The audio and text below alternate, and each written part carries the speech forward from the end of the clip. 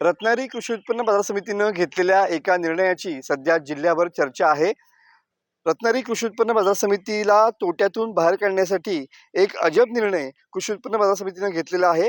मत्स्य वाहतूक करणाऱ्यांवरती आता कृषी उत्पन्न बाजार समिती कर आकारणार आहे. कृषी उत्पन्न बाजार समिती 1,23,000 इतक्या रकमेच्या तोट्यामध्ये आहे आणि या तोट्यातून बाहेर काढण्यासाठी सध्या कृषी उत्पन्न बाजार समिती विविध तऱ्हेचे प्रयत्न करताना पाहायला मिळणार आहे.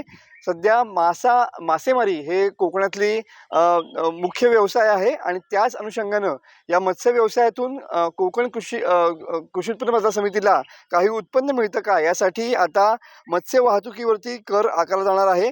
रत्नागिरी जिल्ह्यातील एकमेव कृषी उत्पन्न बाजार समिती आहे. रत्नागिरी जिल्ह्यात मोठ्या प्रमाणावरती माशांची वाहतूक केली जाते.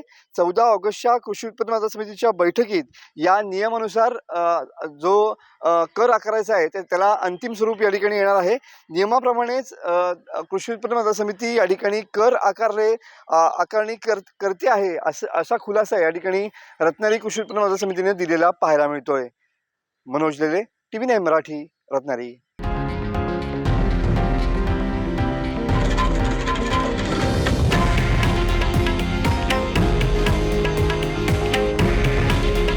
हे आहे देशातील नंबर 1 न्यूज नेटवर्क आणि आपण पाहत आहात TV9 मराठी.